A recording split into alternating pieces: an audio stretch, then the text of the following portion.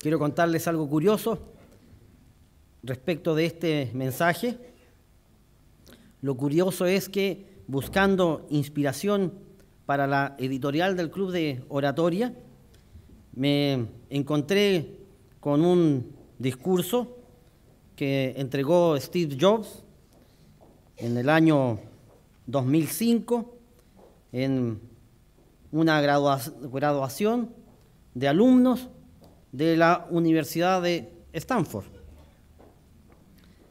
Y como digo, lo curioso es que encontré tan interesante el discurso, que el discurso del señor Jobs me hizo reflexionar respecto de este mensaje y de los temas que vamos a tocar el día de hoy.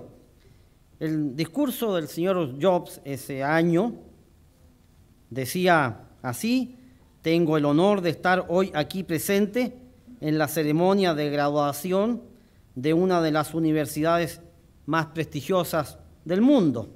A decir verdad, esto es lo más cerca que jamás he estado de una graduación universitaria.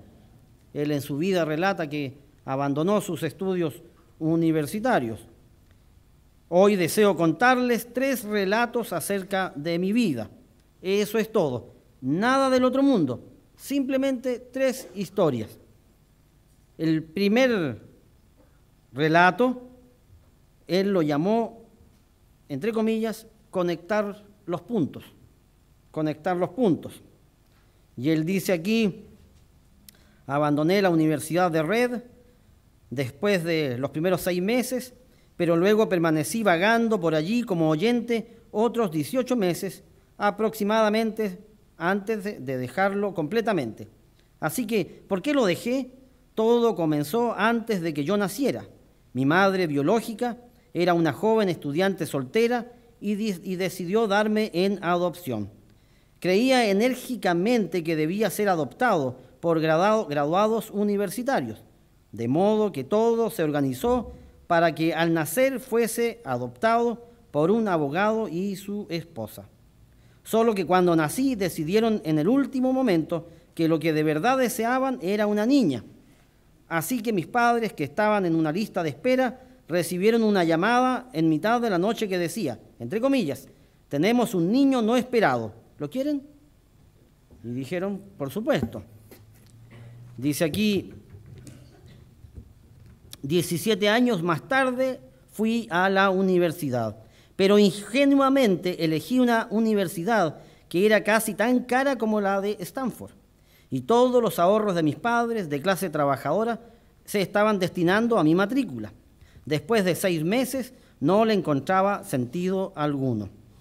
Y dice aquí: en el momento en que abandoné la universidad podía dejar de asistir a las clases que no me interesaban y participar como oyente de aquellas que sí me interesaban. No todo fue romántico, no tenía un dormitorio, así que dormía en el suelo de las habitaciones de mis amigos. Devolvía las botellas de Coca-Cola para obtener los 5 céntimos del envase para conseguir dinero para comer y caminaba más de 10 kilómetros cada domingo por la noche a través de la ciudad para recibir una buena comida una vez por semana en el templo de los Hare Krishna. Me encantaba y muchas cosas de las que me tropecé al seguir mi curiosidad e intuición resultaron no tener precio más adelante. Y dice aquí: les daré un ejemplo. En aquella época la Universidad de Reed ofrecía la que quizás fuese la mejor formación en caligrafía del país. En todas partes del campus, cada cartel, cada etiqueta en cada cajón estaba bellamente caligrafiadas a mano. Dado que había abandonado los estudios y no tenía que asistir a las clases normales, decidí tomar un curso de caligrafía para aprender cómo se hacía eso. Aprendí acerca de los tipos de letras, sobre cómo variar el espacio entre letras, sobre qué hacer realmente grande o una gran tipografía. Era hermoso, histórico, artísticamente sutil, de un modo que la ciencia no puede captar, y yo lo encontré fascinante. Nada de esto albergaba siquiera la mínima esperanza de tener alguna aplicación práctica en mi vida. Pero 10 años más tarde, Cuando estábamos diseñando el primer ordenador Macintosh, todo volvió a mi mente y diseñamos el Mac, con eso en su esencia. Fue el primer ordenador con tipografías bellas. De no haber asistido a ese curso en concreto de la universidad, el Mac no hubiera tenido nunca múltiples tipografías ni caracteres con espaciado proporcional. Y dado que Windows simplemente copió a Mac, es posible que ningún ordenador personal las tuviera ahora. De haber continuado mis estudios universitarios, no hubiera asistido a ese curso de caligrafía y los ordenadores personales no tendrían la maravilla tipográfica que poseen. Por supuesto que era imposible conectar los puntos mirando hacia el futuro cuando estaba en clase, pero fue muy claro al mirar para atrás 10 años más tarde. Nuevamente, no se pueden conectar los puntos hacia adelante, solo puedes hacerlo mirando hacia atrás. Así que tienes que confiar en que los puntos se conectarán de alguna manera en el futuro. Tienes que confiar en algo, tu instinto, el destino, la vida, lo que sea. Porque creer que los puntos se unirán te darán la confianza de seguir tu corazón. Esta forma de actuar nunca me ha traicionado y ha marcado la diferencia en mi vida. Mi segundo relato es acerca del amor y la pérdida. Dice aquí, tuve suerte, descubrí pronto en mi vida lo que realmente quería hacer. Vos y yo comenzamos con Apple en el garage de mis padres cuando tenía 20 años. Trabajamos duro y en 10 años Apple creció de ser una empresa compuesta por nosotros dos en un garaje a una compañía valorada en $2.000 millones y más de 4.000 empleados. Habíamos lanzado nuestra creación más refinada, el Macintosh, un año antes, y yo acababa de cumplir 30. Pero me despidieron. Y él hace la pregunta, ¿cómo te pueden echar de la empresa que tú creaste? Bueno, pero eso fue lo que le pasó a él. Lo echaron de la empresa que él mismo generó. Contrató a un administrador y el administrador, haciendo sus cálculos, haciendo todas las cosas, finalmente no encontró mejor cosa que despedirlo. Cuando eso ocurrió, nuestra junta directiva se puso de su parte. Así que a los 30 años estaba afuera. Y de forma muy notoria, aquello en lo que me había concentrado durante toda mi vida adulta había desaparecido y fue devastador. Realmente no supe qué hacer durante unos pocos meses. Sentía que había decepcionado a la anterior generación de emprendedores, que había soltado el testimonio en el momento que me lo pasaban. Y dice aquí, yo representaba un fracaso público, muy importante. Incluso pensé en huir del valle, esto del Silicon Valley. Pero algo comenzó a abrirse paso en mí. Aún amaba lo que hacía. El curso de los acontecimientos en Apple no había cambiado eso ni un ápice. Había sido rechazado, pero aún estaba enamorado. Así que decidí empezar de nuevo. No me di cuenta entonces, pero resultó que el hecho de haber sido despedido de Apple fue lo mejor que jamás me pudo haber pasado. El peso del éxito fue reemplazado por la ligereza de convertirme de nuevo en un principiante, menos seguro de las cosas. Me liberó para comenzar uno de los períodos más creativos de mi vida. Durante los siguientes 5 años creé una empresa llamada Next, otra llamada Pixar, y me enamoré de una mujer asombrosa que se convertiría en mi esposa. Pixar llegó a crear el primer largometraje de animación por ordenador. ¿Se acuerdan? Toy Story. Y en la actualidad es el estudio de animación más exitoso del mundo. Estoy bastante seguro de que nada de esto habría pasado si no me hubieran echado de Apple? Él dice, reflexiona, creo que fue una medicina horrible, pero supongo que el paciente la necesitaba. ¿Quién era el paciente? Era él. A veces la vida te golpea en la cabeza con un ladrillo. Y él dice, no perdáis la fe. Estoy convencido de que lo único que me mantuvo en marcha fue mi amor por lo que hacía. Debéis encontrar algo que realmente os apasione. Y eso vale tanto para tu trabajo como para el amor. El trabajo ocupará una parte importante de sus vidas y la única manera de sentirse realmente satisfecho es hacer lo que consideráis un trabajo genial. Y el único modo de tener un trabajo genial es amar lo que haces. Si no lo has encontrado aún, sigue buscándolo, no te conformes. Tercer relato. Mi tercer relato es sobre la muerte.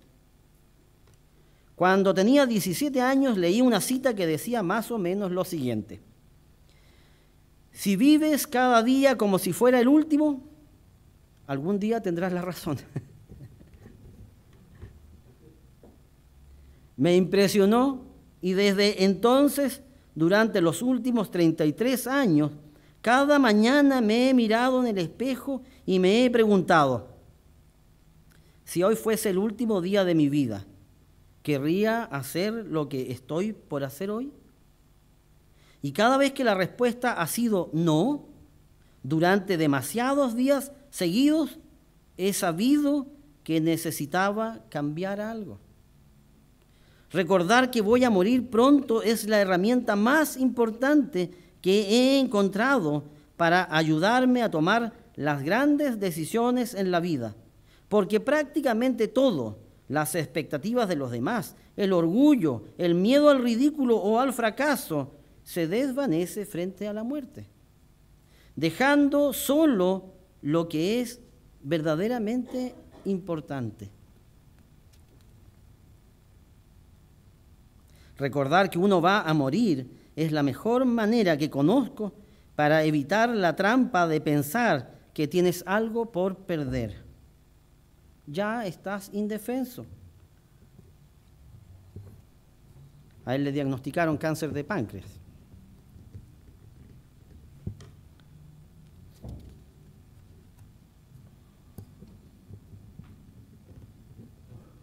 Bueno, estas tres reflexiones de vida las vamos a desarrollar. El discurso de Steve Jobs, por una parte, me impactó y por otra parte, me ha hecho reflexionar. Me ha hecho reflexionar en los 3 puntos que él plantea. El primer punto en el cual puedo centrar mi atención es en la primera frase de su discurso, esto es, conectar los puntos. Steve Jobs concluye aquí en una de las lecciones de vida más importantes, desde mi perspectiva, que hay en la vida. Las circunstancias de la vida tienen un propósito. Propósito que va más allá de la o de las circunstancias en sí mismas. Steve Jobs llegó a conclusiones que forman parte o que deberían formar parte de nuestro ideario y ruta cristiano. Las circunstancias de la vida tienen un propósito. Propósito que a veces uno no logra visualizar en el momento en que uno está viviendo las circunstancias. Pero que si tenemos la visión correcta, podríamos aprender a conectar los puntos. Puntos que a veces son muy desconcertantes, pero que con el tiempo se vuelven tremendamente inspiradores. Muchos son aquellos que han aprendido a conectar los puntos. Uno que aprendió a conectar los puntos fue David. David aprendió muchas cosas cuando era muchacho. David aprendió a confiar en Dios con esa fe que le permitió vencer al gigante que atemorizaba a todos los israelitas mucho antes de enfrentarse a Goliat. Veamos este relato en Primera de Samuel y vamos a notar que David aprendió lecciones muy importantes que le permitieron a él enfrentar a Goliat mucho antes de enfrentarse a Goliat. En Primera de Samuel 17,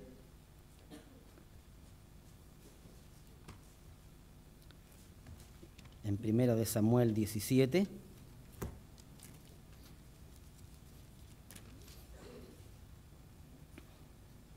vamos a leer del versículo 15.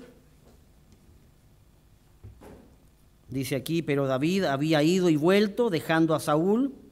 Saúl lo había invitado a que lo tranquilizara, le tocara el arpa.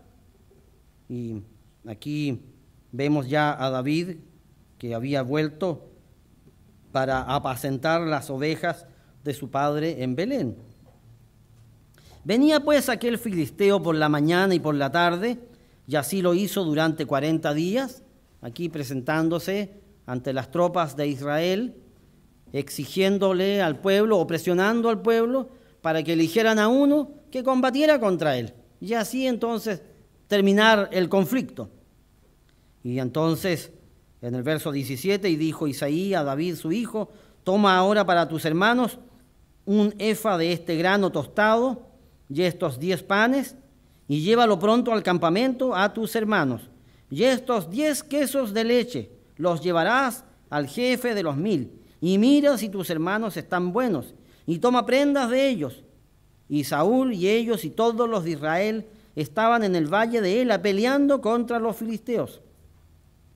Se levantó pues David de mañana, y dejando las ovejas al cuidado de un guarda, se fue con su carga como Isaí le había mandado, y llegó al campamento cuando el ejército salía en orden de batalla, y daba el grito de combate.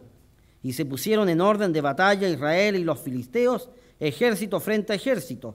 Y cuando llegó, preguntó por sus hermanos si estaban bien.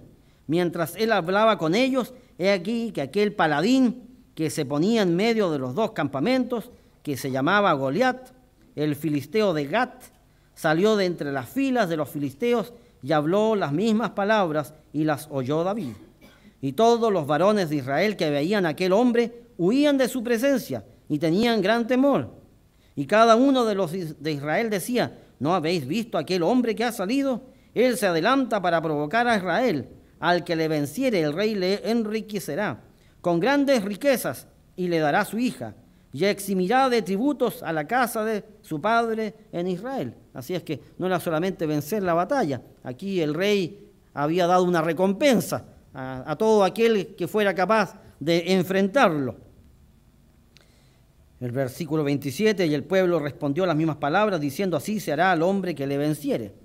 Y oyéndole hablar Eliab, su hermano mayor, con aquellos hombres, se encendió en ira contra David y dijo, ¿para qué has descendido acá? ¿Y a quién has dejado aquellas pocas ovejas en el desierto? Yo conozco tu soberbia y la malicia de tu corazón. Aquí el hermano mayor hablándole al hermano menor. Uno ve ahí una relación poco afectuosa entre hermanos. Aquí el joven había ido a petición de su padre para saber cómo estaban sus hermanos, y sus hermanos aquí lo tratan un poco duro. David respondió, ¿qué he hecho yo ahora? ¿No es esto mero hablar? Y apartándose de él hacia otros, preguntó de igual manera, y le dio el pueblo la misma respuesta de antes. Aquí el rey Saúl había ofrecido tales y cuales cosas a aquel varón que enfrentara a Goliat. Y dice aquí, el versículo 32, y dijo David a Saúl, no desmaye el corazón de ninguno a causa de él. Tu siervo irá y peleará contra este filisteo. Dijo Saúl a David, no podrás tú ir contra aquel filisteo para pelear con él, porque tú eres muchacho y él un hombre de guerra desde su juventud. David respondió a Saúl, tu siervo era pastor de las ovejas de su padre, Y cuando venía un león o un oso y tomaba algún cordero de la manada, aquí yo busqué en el diccionario de Wikipedia, oso, puse oso israelita, así exactamente puse.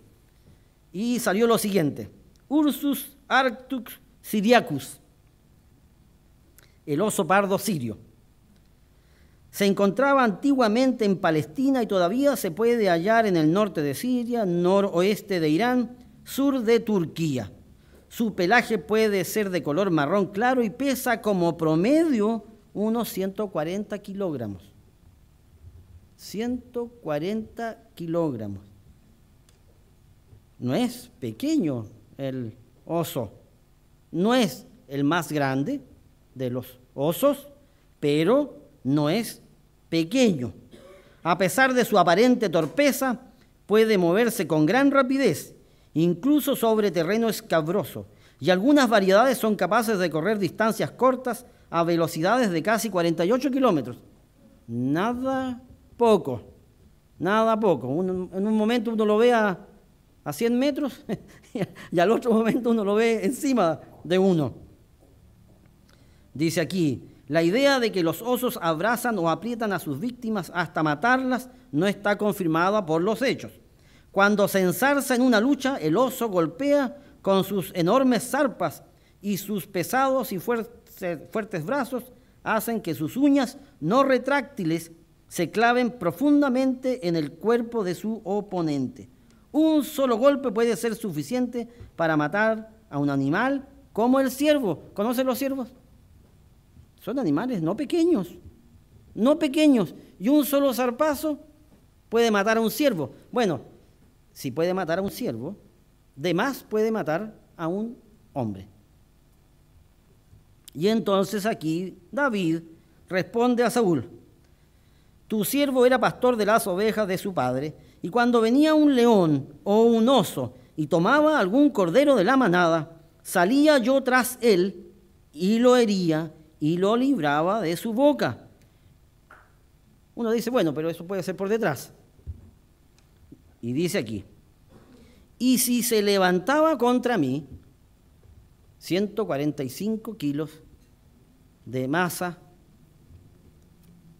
levantada sobre sus dos patas, porque los osos tienen ese particular, son capaces de levantarse, de erguirse,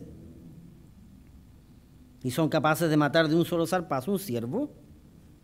Y dice aquí: y si se levantaba contra mí, yo le echaba mano de la quijada y lo hería y lo mataba. ¿Han pensado en eso? Se acerca a la quijada y le abre la quijada y lo mata. Fuese león, fuese oso, tu siervo lo mataba. Y este filisteo incircunciso será como uno de ellos, porque ha provocado al ejército del Dios viviente. Añadió David: el Eterno que me ha librado de las garras del león y de las garras del oso. ¿Se fijan aquí algo puntual? David no dice, ¿sabe qué? ¿Sabe qué? Yo me entreno todos los días y levanto piedras, porque en esa época no habían pesas. Levanto piedras y tengo unos brazos robustos y yo soy capaz de matar al oso y al león. Él no dijo eso. Él dice: el Eterno que me ha librado de las garras del león y de las garras del oso, Él también me librará de la mano de este filisteo. Y dijo Saúl a David: ve y el Eterno esté contigo. Y entonces aquí las preguntas: ¿dónde y cuándo aprendió a luchar contra enemigos más grandes que él? David aprendió esto cuando era un muchacho. ¿Cómo lo aprendió? David lo aprendió luchando cuerpo a cuerpo contra estos enemigos que eran más poderosos que él. ¿Cuándo? Cuando era un muchacho. ¿Cuándo? Cuando cuidaba las ovejas de su padre. Cada circunstancia vivida fue alimentando su convicción respecto a que había sido Dios quien le había dado la victoria, porque no es lógico un pastor de ovejas que cuida ovejas y que llega un oso y él mata al oso. Eso no es lógico. Y llega un león. Los leones, como son cuando atrapan su presa, quítale la presa a un león. Es como quitarle la presa a un gato. Son chiquititos. ¿Se imaginan un león?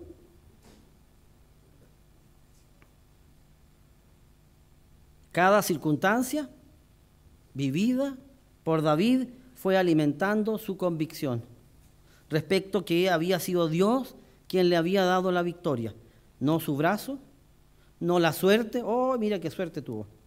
Justo le atrapó la mandíbula y se la quebró. Él perfeccionó esto, creció en esto, se desarrolló en esto. El desarrollo de su carácter fue a través de las circunstancias que vivió. Otro que aprendió a unir los cabos, porque yo pienso, ¿qué pensó David cuando enfrentó a Goliat? Bueno, si Dios me ha defendido en el pasado, ¿por qué Dios no me va a defender en el presente? Sobre todo aquel incircunciso que había desafiado a los escuadrones de Israel. ¿Y quiénes eran los escuadrones de Israel? ¿Eran los hombres? No, sino que eran los ángeles de Dios, que están presentes en nuestras circunstancias de vida. Él aprendió a atar los cabos y dijo, mira, si pude en el pasado, ¿por qué no en el presente? Otro que aprendió a unir los cabos fue Job. Pasemos a Job 42, en el capítulo 42 de Job.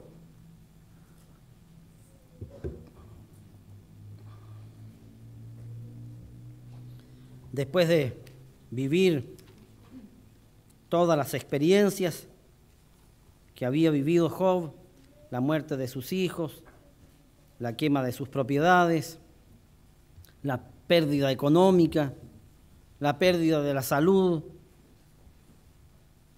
la pérdida de los amigos.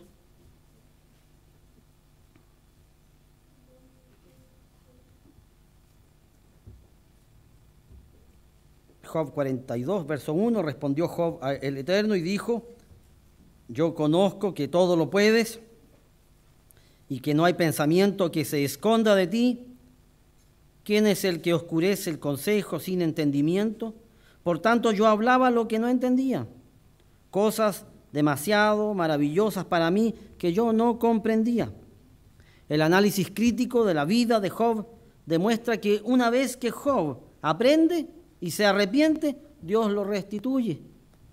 Las experiencias de vida le enseñaron a Job a reconocer a Dios como el supremo creador del universo. Versículo 4 dice, oye, te ruego y hablaré, te preguntaré y tú me enseñarás. De oídas te había oído, mas ahora mis ojos te ven. Por tanto me aborrezco y me arrepiento en polvo y ceniza. Cuando uno analiza la vida de Job, uno cae en estas conclusiones. Las circunstancias de la vida no son la vida. Las circunstancias de la vida son partes de un todo, no son el todo. Las circunstancias de la vida Dios las ha diseñado para nuestro aprendizaje y perfeccionamiento. Lo que pasa es que algunas veces cuando uno está viviendo esas circunstancias, uno se concentra en las circunstancias y no se concentra en el todo. A veces uno se concentra en el vaso con agua y a veces uno no se concentra en lo que significa vivir aquella circunstancia. Aquí en Deuteronomio 8,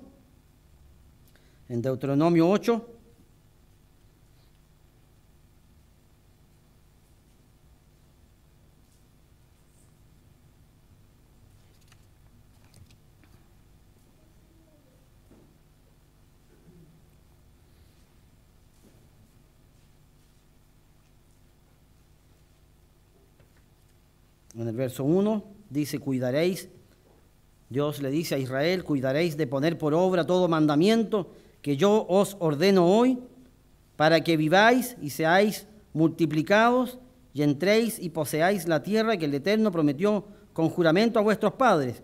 Y te acordarás de todo el camino por donde te ha traído el Eterno, tu Dios, estos 40 años en el desierto, para afligirte, para probarte, para saber lo que había en tu corazón, si habías de guardar o no sus mandamientos. Las circunstancias de la vida, Dios las diseña para saber si uno va a decir, como mencionaba don Marcelo en el sermoncillo, para saber si vamos a decir, heme aquí. ¿Cómo vamos a saber si no somos probados? Porque en la teorización todos podemos. Estoy convencido de eso. En la teorización todos somos expertos. Pero ¿cuándo se nota el crecimiento? Bueno, cuando uno se enfrenta cara a cara a los problemas. Y allí surge, ¿verdad?, el hombre interior. Ese hombre que es capaz de decir, heme aquí, o surge el otro hombre, ese hombre carnal que escapa y huye a los problemas. Las circunstancias de la vida no son la vida, son circunstancias con las cuales Dios nos prueba para saber qué es lo que hay dentro de nosotros. Otra escritura que refuerza este principio, Eclesiastés 9, verso 10. Eclesiastés 9, verso 10.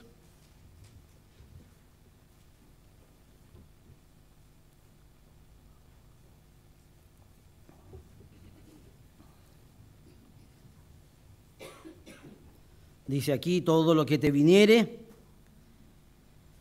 a la mano para hacer, hazlo según tus fuerzas, porque en el Seol, a la tumba, a donde vas, no hay obra, ni trabajo, ni ciencia, ni sabiduría. Me volví y vi debajo del sol que ni es de los ligeros la carrera, ni la guerra de los fuertes, ni aun de los sabios el pan, ni de los prudentes las riquezas, ni de los elocuentes el favor, sino que tiempo y ocasión acontecen a todos. ¿Dónde radica la diferencia entre unos y otros? La diferencia radica en lo que hacemos cuando nos enfrentamos a tal o cual circunstancia. Para algunos, vivir problemas, por ejemplo, económicos, los hace crecer en fe. Por ejemplo, Pablo, aquí en Filipenses 4,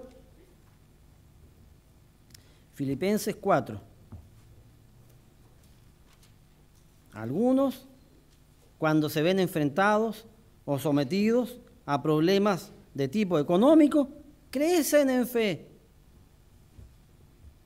Por ejemplo, Pablo. Aquí, Filipenses 4:10.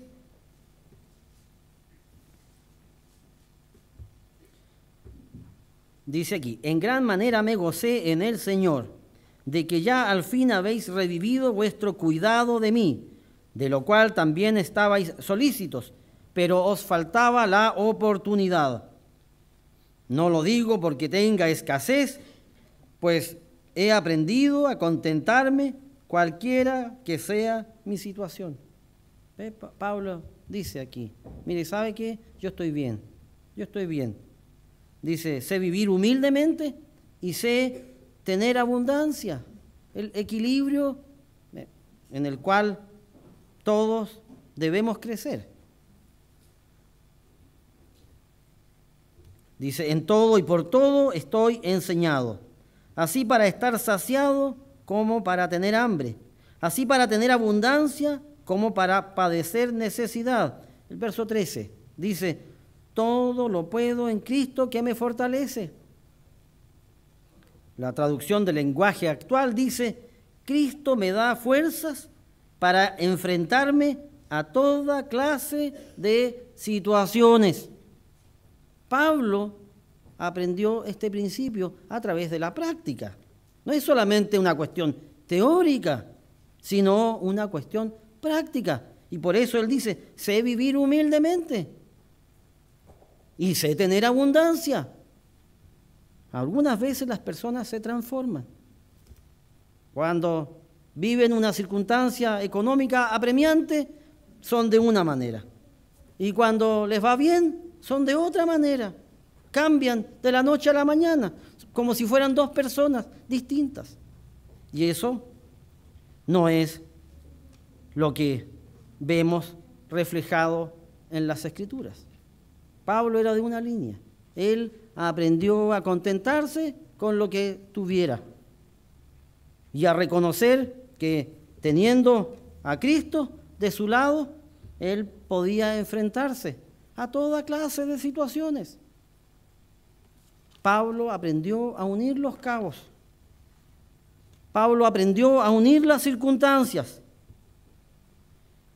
Como dije hace un momento, algunas personas aprenden a vivir circunstancias económicas y salen fortalecidos.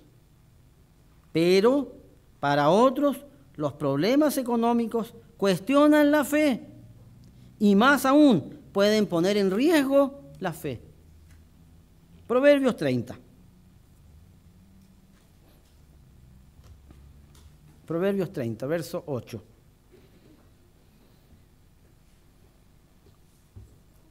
Dice, vanidad y palabra mentirosa, aparta de mí. No me des pobreza ni riquezas, manténme del pan necesario. No sea que me sacíe y te niegue. ¿Ve? El extremo. Ahora estoy bien, no necesito a Dios.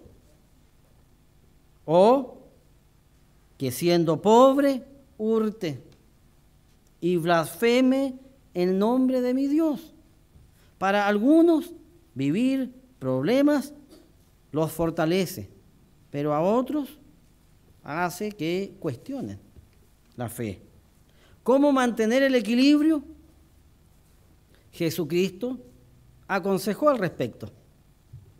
En Mateo 6, verso 25, ¿cómo mantener el equilibrio?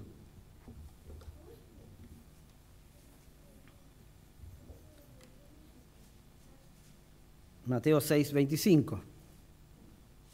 Dice, por tanto os digo, no os afanéis por vuestra vida, qué habéis de comer o qué habéis de beber, ni por vuestro cuerpo, qué habéis de vestir. ¿No es la vida más que el alimento y el cuerpo más que el vestido?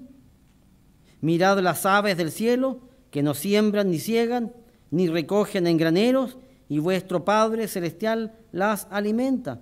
¿No valéis vosotros mucho más que ellas? Aprender a confiar en Cristo. Ahí uno mantiene el equilibrio. Dice aquí, verso 30, y si la hierba del campo que hoy es, y mañana se echa en el horno, Dios la viste así, ¿no hará mucho más a vosotros, hombres de poca fe? No os afanéis pues diciendo que comeremos, o que beberemos, o que vestiremos, porque los gentiles buscan todas estas cosas, pero vuestro Padre Celestial sabe que tenéis necesidad de todas estas cosas. ¿Cómo mantenemos el equilibrio? Buscad primeramente el reino de Dios y su justicia, y todas estas cosas os serán añadidas. Así es que no os afanéis por el día de mañana, porque el día de mañana traerá su afán. Basta a cada día su propio mal. Si hoy tengo, hay que dar gracias a Dios, porque hoy tengo. Mañana otro día. Mañana veremos. A veces las circunstancias cambian de la noche a la mañana. Y a veces uno se afana tantísimo. Pierde el sueño por los problemas económicos. Las relaciones se echan a perder por los problemas económicos. Y a veces las cosas desaparecen, se esfuman. Ahora bien, no todos aprenden lo mismo viviendo una misma circunstancia. Lo ideal es aprender a conectar los puntos. Lo ideal es aprender a reconocer que es Dios el que está a cargo. Eso es lo ideal, pero eso es lo que cuesta. ¿Por qué? Porque uno se concentra en el problema, no en el espectro general de la vida. Por ejemplo, José pudo discernir su experiencia. En Génesis 45. La vida de José es excepcional. Sin embargo, José pudo discernir lo que le había ocurrido. Sus hermanos, por envidia, lo habían vendido. De hecho, sus hermanos querían matarlo. Por misericordia, entre comillas, lo vendieron y se lo llevaron a Egipto. Y allí estuvo como esclavo, viviendo en casa de Potifar. La esposa de Potifar lo acusó de acoso o de intento de violación. Lo metieron preso y luego sale cuando descifra el sueño de Faraón, en donde le dice, mire, van a haber 7 años de abundancia y 7 años de pobreza. Y al segundo año de pobreza se da a conocer a sus hermanos en este reencuentro.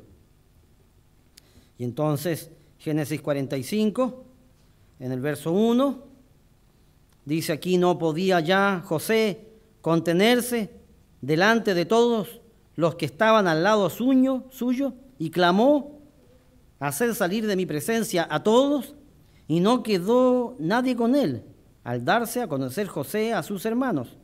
Entonces se dio a llorar a gritos, y oyeron los egipcios, y oyó también la casa de Faraón. Aquí el virrey tenía una crisis, estaba viviendo una situación extrema, y entonces el Faraón pregunta, bueno, ¿qué pasa aquí? Si este es el virrey, es el hombre de confianza, tiene a cargo todo Egipto, ¿cómo que está llorando aquí? Y entonces dice aquí, y dijo José a sus hermanos, yo soy José, ¿vive aún mi padre? Y sus hermanos no pudieron responderle porque estaban turbados delante de él. Entonces dijo José a sus hermanos, acercaos ahora a mí, y ellos se acercaron. Y él dijo, yo soy José, vuestro hermano, el que vendisteis para Egipto. Ahora pues, no os entristezcáis, ni os pese de haberme vendido acá, porque para preservación de vida me envió Dios delante de vosotros. Esto de atar los cabos. ¿Por qué viví estos años de aflicción? 13 años de esclavitud y presidio. 13 años. Y luego llega al virreinato. Si a cualquiera de nosotros nos dijeran, mire, ¿sabe qué? 13 años va a tener que usted vivir una humillación tremenda. Pero luego va a ser virrey. Uno lo pensaría, ¿verdad? Pero en general, ¿qué es lo que ocurre? Uno se concentra en los problemas. Allí está concentrado. Ah, mire, estoy esclavo. Deprimido porque estoy de esclavo. Y bueno, y eras para estar mal. Por supuesto. Pero aquí pasan los años y José entiende. Pudo tomar los cabos y decir, mire, ¿sabe qué? Yo vine aquí para preservar la vida de mi padre, de mi familia, de mi hermano. Y dice, pues ya, verso 6, pues ya ha habido 2 años de hambre en medio de la tierra, y aún quedan 5 años en los cuales ni habrá arada ni siega. Y Dios me envió delante de vosotros para preservaros posteridad sobre la tierra y para daros vida por medio de gran liberación. Así pues, no me enviasteis acá vosotros, sino Dios, que me ha puesto por padre de Faraón y por señor de toda su casa y por gobernador en toda la tierra de Egipto. Daos prisa, id a mi padre y decidle, así dice tu hijo José, Dios me ha puesto por señor de todo Egipto, ven a mí, no te detengas. ¿Ve? Vivir las circunstancias ignominiosas, pero encontrarle sentido a esas circunstancias, reconociendo que Dios es el que propicia las circunstancias. Dios es el que da, Dios es el que quita. No es uno quien hace tal o cual cosa. Los creyentes en Cristo debemos aprender a unir los cabos extremos de nuestra vida. Los creyentes en Cristo y su camino debemos aprender a conectar los puntos icónicos de nuestra vida. Cada circunstancia de la vida enseña lecciones que a la postre redundarán en nuestro beneficio personal. En Romanos 8:28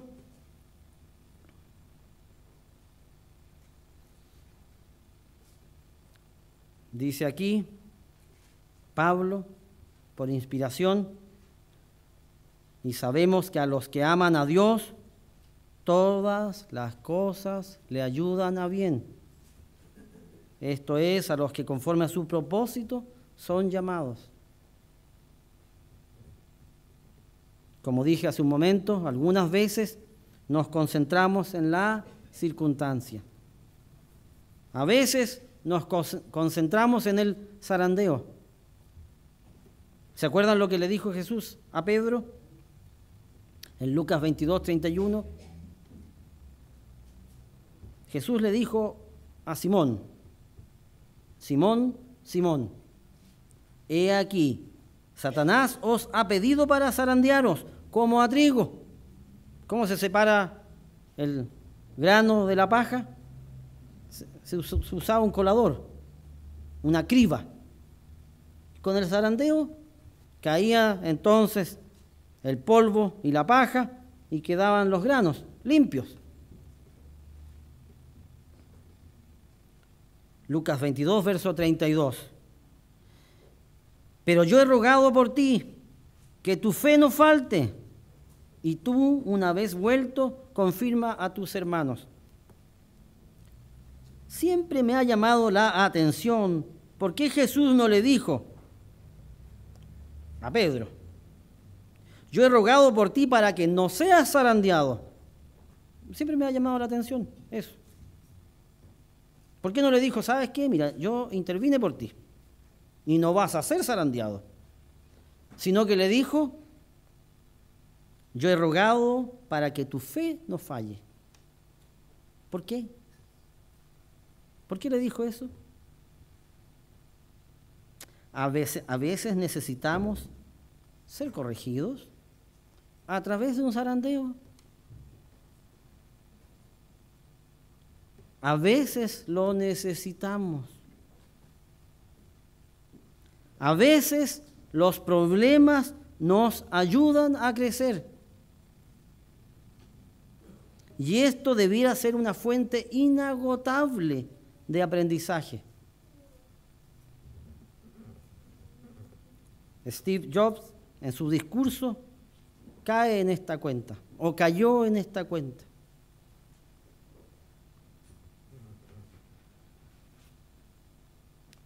Él dijo, lo mejor que le pudo pasar es que lo despidieran de la empresa que él mismo formó. Lo mejor que le pudo haber pasado. Incluso, dice, creo que fue una medicina horrible, pero supongo que el paciente la necesitaba. Podríamos hacer una analogía y decir aquí, Medicina que bien podemos compararla con una corrección. Con una corrección. ¿Cuál corrección? La verdad es que ninguna corrección, ninguna que yo conozca, es causa de gozo. Siempre tienen o implican dolor de alguna índole, emocional, físico, siempre hay algo allí. Hebreos 12:11.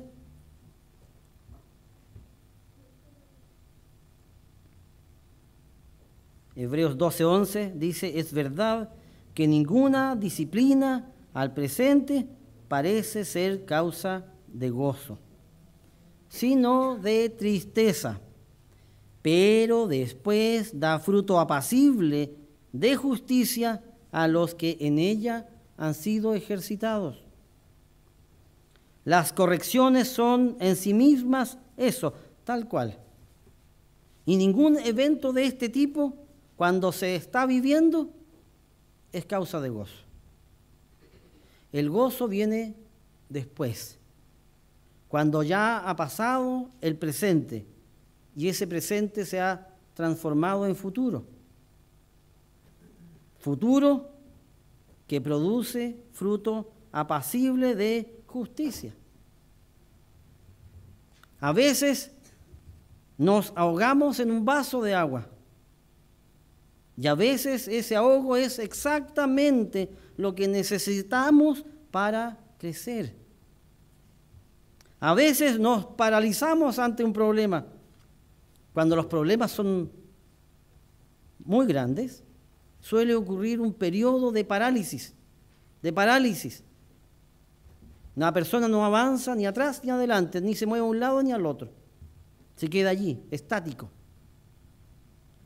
A veces necesitamos vivir experiencias difíciles para aprender lo que el orgullo y la altanería no nos dejan ver. El señor Job es interesante cuando dice, cuando estaba hablando de su segunda experiencia, cuando fue despedido, dice: el peso del éxito fue reemplazado por la ligereza de convertirme de nuevo en un principiante. ¿A qué se refiere con el peso del éxito? ¿Qué pasa cuando a una persona le llega, en este caso, un negocio que lo hizo rico en 10 años, de no tener nada, ¿verdad?, de estar entregando estas botellas de Coca-Cola para quedarse con el cambio, que era mucho menos que $1, para poder comer? En 10 años su empresa se transforma en una empresa de $2.000 millones. Eso es una cifra que en Chile prácticamente uno no logra aquilatarla. Uno se sorprende con $1 millón y uno queda extasiado y dice: ¡oye! Cualquier cantidad de dinero es eso. Y si eso lo multiplica por 2.000. Bueno, ¿qué pasa con el ego de la persona? Se eleva en las alturas como un cometa. Y por eso él dice: el peso del éxito fue reemplazado por la ligereza de convertirme de nuevo en un principiante, menos seguro de las cosas. Me liberó para comenzar uno de los períodos más creativos de mi vida. Hay algo curioso en la vida de Steve Jobs y John Nash, que fue el sermón de la semana pasada.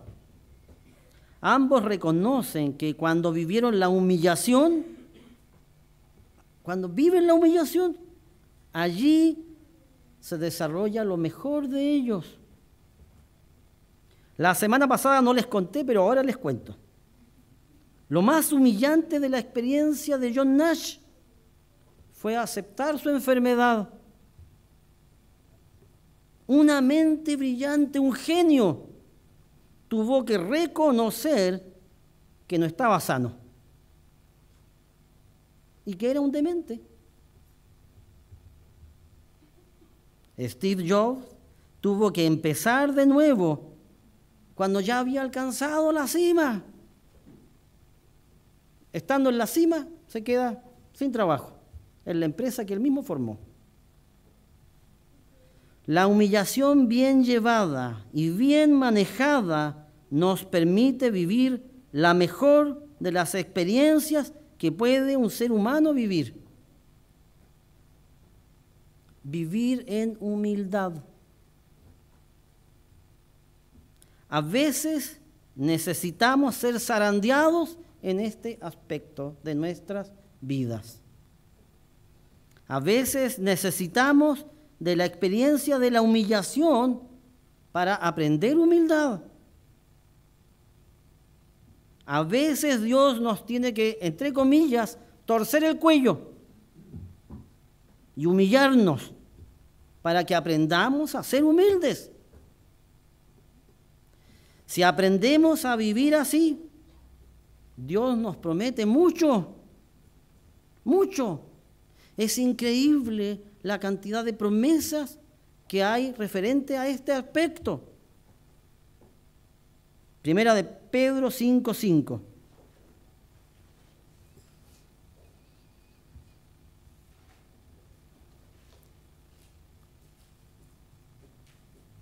Dice aquí: igualmente, jóvenes, estad sujetos a los ancianos, y todos sumisos unos a otros, revestidos de humildad, porque Dios resiste a los soberbios y da gracia a los humildes.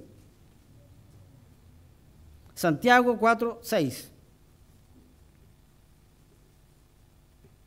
Dice, pero Él, hablando de Dios, da mayor gracia. Por esto dice, Dios resiste a los soberbios y da gracia a los humildes.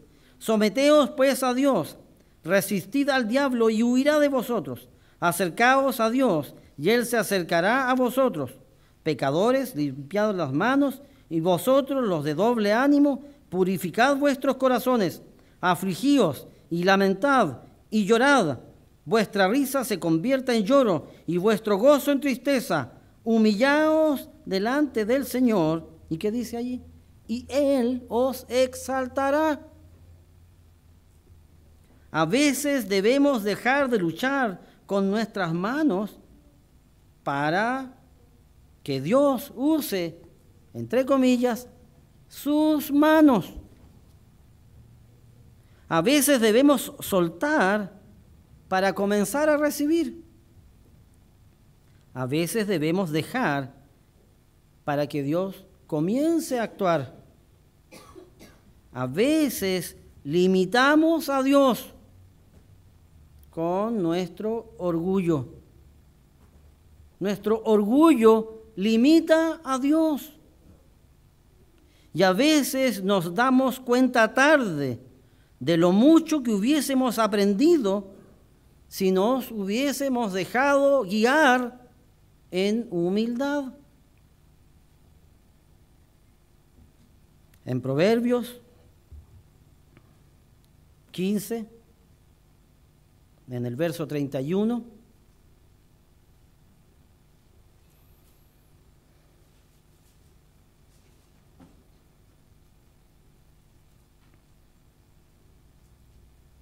dice lo siguiente: el oído que escucha las amonestaciones de la vida, entre los sabios morará. Aprender las lecciones de la vida. Verso 32. El que tiene en poco la disciplina menosprecia su alma, mas el que escucha la corrección tiene entendimiento. El temor, verso 33, el temor del Eterno es enseñanza de sabiduría, y a la honra precede la humildad. Dios es quien entrega las cosas. Dios es el que da, y Dios también es el que quita. A veces limitamos a Dios con nuestro orgullo. Lo restringimos. Y el tercer punto que quiero resaltar aquí, cuando Steve Jobs, él mismo lo describió como su experiencia con la muerte. Yo lo quiero enfocar en lo que él concluyó, lo que es verdaderamente importante. Voy a volver a reiterar la frase que él usó cuando tenía 17, leí una cita que decía más o menos lo siguiente: si vives cada día como si fuera el último, algún día tendrás la razón. Algún día va a ser el último día de nuestras vidas. Me impresionó y desde entonces, durante los últimos 33 años, cada mañana me he mirado en el espejo y me he preguntado: si hoy fuese el último día de mi vida, ¿querría hacer lo que estoy por hacer hoy? Si fuera hoy mi último día, ¿en qué estaría usted pensando? Si por alguna circunstancia usted se enfrentara a una circunstancia compleja en la vida, de las cuales ninguno de los que está aquí está exento. Si fuera hoy su último día, o lo voy a preguntar en primera persona, si fuera hoy mi último día, ¿en qué estaría yo pensando? ¿Estaría usted o yo pensando en trivialidades? ¿O en banalidades? ¿O en carnalidades? ¿Estaría usted pensando quién engañó a Fatma Gul? Una novela turca que ha recorrido el país y se ha hecho famosa. ¿Estaría usted pensando en una novela? Si usted dice, ¿sabe qué? Este es el último día de mi vida. Hoy es el último día de mi vida. ¿Usted estaría pensando en banalidades? ¿En cosas vanas? ¿O en trivialidades? ¿O en carnalidades? ¿O más bien estaría usted pensando en lo que es verdaderamente importante? ¿Qué es lo verdaderamente importante de nuestras vidas? Lo verdaderamente importante de nuestras vidas es lo que dijo Pablo alguna vez. Filipenses.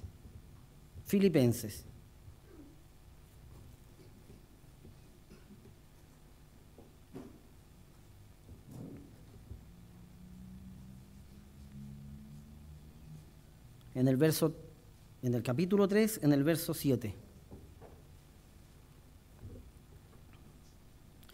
Dice aquí: pero cuántas cosas eran para mí ganancia, las he estimado como pérdida por amor de Cristo. Y ciertamente aún estimo todas las cosas como pérdida por la excelencia del conocimiento de Cristo Jesús, mi Señor, por amor del cual lo he perdido todo y lo tengo por basura para ganar a Cristo y ser hallado en Él, no teniendo mi propia justicia, que es por la ley, sino la que es por la fe de Cristo, la justicia que es de Dios por la fe, a fin de conocerle y el poder de su resurrección y la participación de sus padecimientos, llegando a ser semejante a Él en su muerte, si en alguna manera llegase a la resurrección de entre los muertos. No que lo haya alcanzado ya, ni que ya sea perfecto, sino que prosigo por ver si logro asir aquello para lo cual fui también asido por Cristo Jesús. Si fuera hoy mi último día, ¿acaso no estaría pensando en esto? Verso 13 dice: hermanos, yo mismo no pretendo haberlo ya alcanzado, pero una cosa hago, olvidando ciertamente lo que queda atrás y extendiéndome a lo que está delante, prosigo a la meta, al premio del supremo llamamiento de Dios en Cristo Jesús. Si fuera hoy mi último día, habría que estar concentrado en lo que es realmente importante, no en trivialidades, no en banalidades, ni menos en carnalidades. La versión internacional de este versículo 14 dice: sigo avanzando hacia la meta para ganar el premio que Dios ofrece mediante su llamamiento celestial en Cristo Jesús. Habría que concentrarse en eso. O también, si nos encontramos en el último día de nuestras vidas, a mí me gusta pensar, o me consuela pensar, que me gustaría decir lo que dijo Pablo cuando Pablo estaba a punto de morir. Me gusta pensar así. En 2 de Timoteo 4, me gustaría tener el valor de decir esto. 2 de Timoteo 4, verso 6. Porque yo ya estoy para ser sacrificado y el tiempo de mi partida está cercano. Me encantaría decir esto. He peleado la buena batalla. He acabado la carrera. He guardado la fe. Me gustaría decir eso. La pregunta es, ¿seremos capaces de decir eso? La pregunta que quiero hacer es, ¿para qué esperar hasta el último día de nuestras vidas para ponernos en sintonía con Dios? ¿Por qué no reflexionar y concentrar nuestra mente y corazón en las cosas realmente importantes de la vida, en esta vida, y no cuando uno está en el ocaso de la vida? Si nos concentramos correctamente e inspiradamente, todo redundará para mejor. Podemos ordenar nuestras vidas, podemos priorizar nuestras vidas, podemos mejorar nuestras vidas, podemos perfeccionar nuestras vidas si nos ponemos en sintonía con Dios, pensando en que hoy es el último día de nuestras vidas.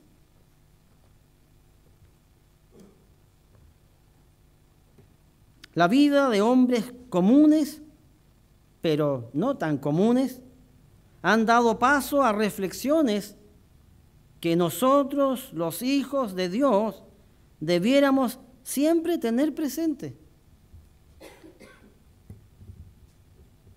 Hombres comunes han llegado a conclusiones profundas. ¿Cuánto más nosotros, que tenemos el Espíritu Santo de Dios dentro de nosotros mismos? ¿Acaso no debiéramos tener este mismo tipo de reflexiones? Lo primero, las circunstancias de la vida son mucho más que la vida misma. Debemos aprender a unir los cabos. Segundo, el vivir la humillación y ver nacer la humildad en nuestros corazones es una de las mejores experiencias que uno puede anhelar y aprender a vivir. Y si tengo que humillarme para llegar al reino, ¿qué? ¿Qué es lo tan terrible de hacer si nos ofrecen llegar a la vida eterna? ¿Por qué resistirse? ¿Por qué obstaculizar lo que Dios ha preparado para nosotros? Y en tercer lugar, aprender a concentrar nuestra mente y corazón en lo verdaderamente importante. Estas tres reflexiones de vida nos pueden dar las claves para crecer en la gracia y en la misericordia que Dios ha preparado para todos aquellos que lo pongan en primer lugar en sus vidas.